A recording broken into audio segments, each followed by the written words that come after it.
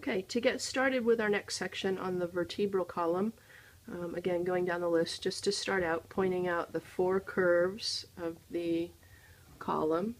This would be the cervical curve. Normally it would be concave, but it's a little straight up and down and rigid here. Then we would have the thoracic curve.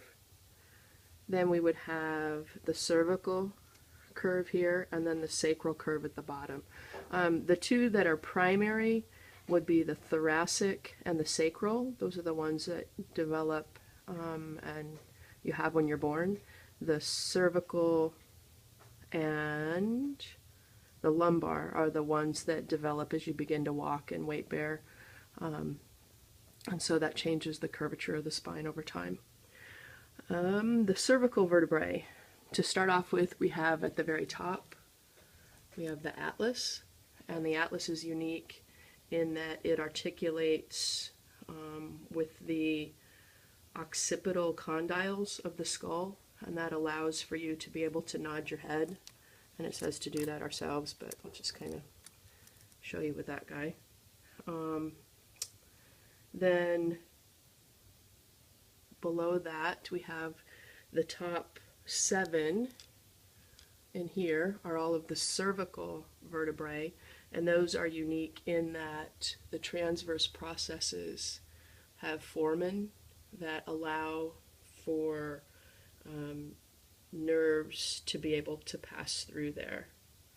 I guess they're called transverse foramen that allow for, I'm sorry, not nerves, but they allow for the arterial blood supply to pass through.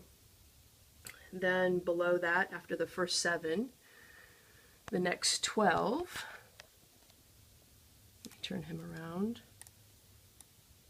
So beginning here, this would be the first of 12 thoracic vertebrae. So 1, 2, 3, 4, 5, 6, 7, 8, 9, 10, 11, 12.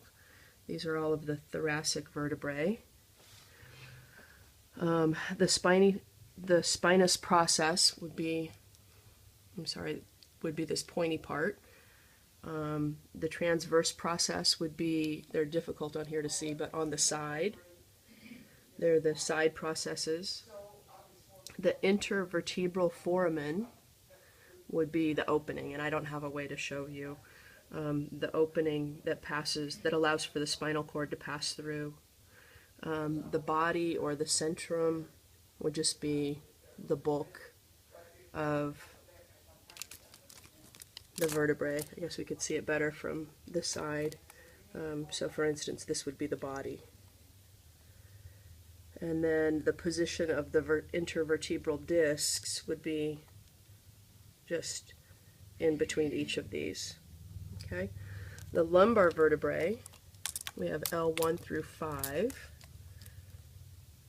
So that would be beginning here and going down. These 5 vertebrae are the lumbar vertebrae. The sacrum, which is this fused together, this large fused together bony piece, that initially had 5 vertebrae that are fused together. And then the coccyx, what we would call the tailbone, has 4 more vertebrae that are fused together on the bottom. Okay, that's it.